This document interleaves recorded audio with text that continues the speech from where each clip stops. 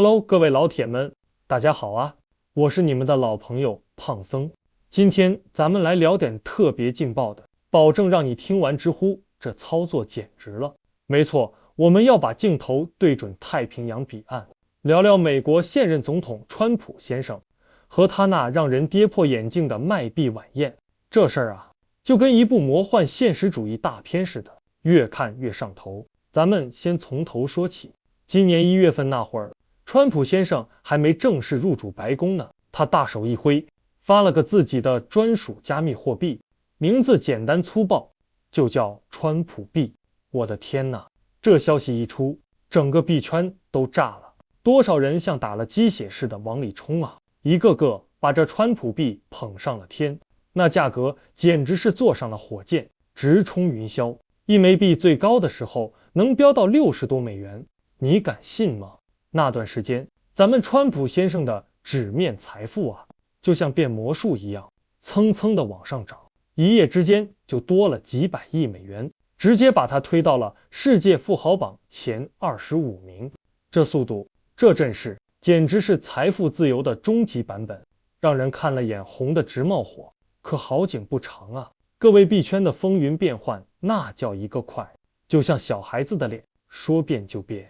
这枚一度风光无限的川普币，很快就遭遇了滑铁卢，一路狂泻，跌的那叫一个惨。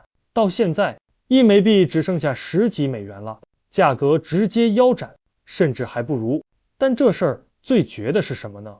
川普先生啊，他发的这玩意儿是咱们俗称的迷因币，说白了就是个空气币，它没有任何实际的价值支撑，没有技术，没有应用，啥都没有。就靠着名气和炒作活着，所以啊，这对他来说根本不是什么一本万利，而是零本万利呀！各位简直是空手套白狼的最高境界，想发多少就发多少，完全是无本经营，旱涝保收，稳赚不赔。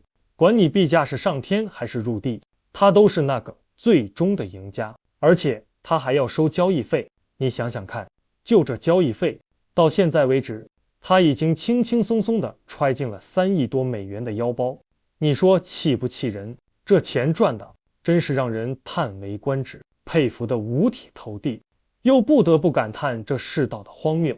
到了4月份，这位商业奇才的脑筋又开始转了，他琢磨着怎么才能让自己的川普币再火一把，吸引更多人来接盘。他想出了一招神来之笔，搞个线下活动，来个史无前例的川普币投资者晚宴。这规则也挺有意思，你得是买川普币最多的前220名，才有资格被邀请到他的高尔夫球俱乐部，跟他共进晚餐。这听着是不是特高端，特有面儿？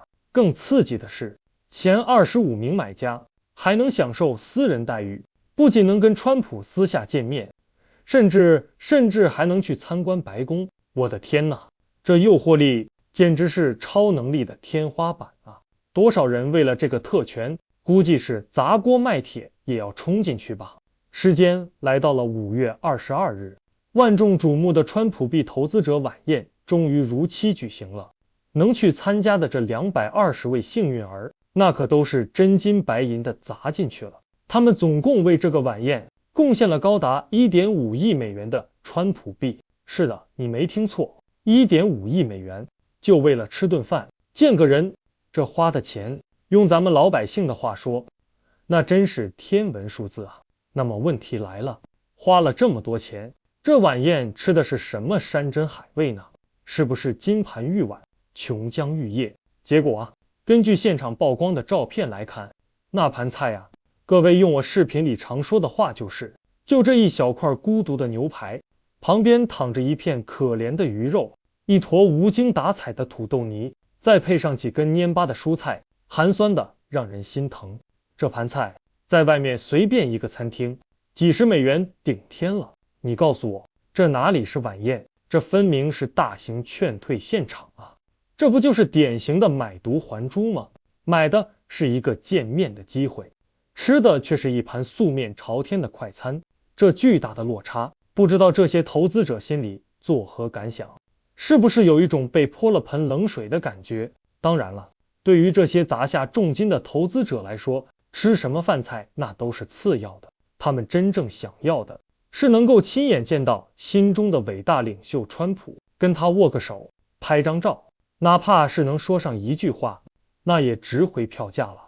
可现实呢，总是那么骨感。川普先生是露脸了，但他就像一阵风似的，来也匆匆，去也匆匆，总共也就露了20多分钟的脸，发表了一个简短的不能再简短的演说。这演说内容啊，说句实话，完全没有新意，翻来覆去还是那些老调重弹的话，无非就是把拜登骂了个狗血淋头，然后把自己的丰功伟绩又吹嘘了一遍。演讲完了之后，他老人家还即兴跳了一段他标志性的牵线木偶舞，扭了几下就直接走人了，像个完成任务的演员，丝毫不留恋舞台。他没有留下来跟这些投资者寒暄，没有握手，更没有合影，就像躲债似的，嗖的一下就跑掉了，估计是赶着去打高尔夫球了吧。这操作简直是把商业价值最大化发挥到了极致，却把人情味和投资者那份沉甸甸的期待踩得稀碎。所以啊，各位，这事儿想想都觉得讽刺，花上千万美元就为了吃一盘几十块钱的菜，听一段老掉牙的演讲，再看一段蜻蜓点水般的舞蹈，然后眼睁睁看着那位领袖扬长而去，连个合影的机会都没有。这不就是愿者上钩，周瑜打黄盖，一个愿打一个愿挨吗？但细想之下，这背后折射出的是对权力及名人效应近乎盲目的追捧，以及在财富诱惑下人性中那份固执的渴望一夜暴富的冲动。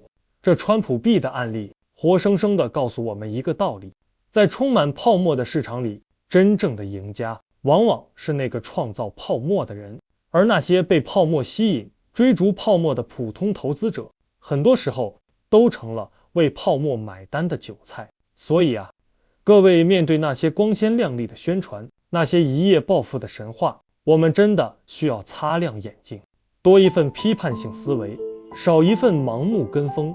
毕竟天上掉下来的馅饼往往都带着钩子呢。咱们下期再见，记得点赞关注啊！